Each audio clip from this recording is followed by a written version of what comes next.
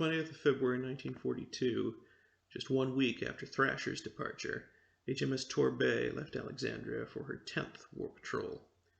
12 days later, on the 4th of March, near Corfu in Greece, Torbay spotted 4 troopships and 3 escorting destroyers.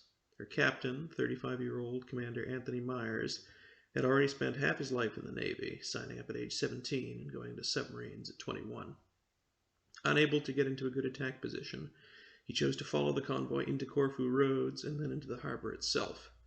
The transit took 8 hours, so Commander MIERS opted to stay in the harbor overnight, charging the sub's batteries and waiting for the morning to make his attack. Although the moon was full and bright, nobody spotted Torbay in the middle of the harbor, although she did have to break charge and proceed to periscope depth at one point when a patrol vessel passed close to her. Come the morning, Torbay fired at 2 transports and a destroyer, sinking one of the transports before beginning to make her way back out of the harbor. For the next 2 hours, Torbay evaded some 40 depth charges and avoided damage. Another 3 hours saw her clear of Corfu roads and back in the open sea. She headed for Alexandria and arrived there 13 days later.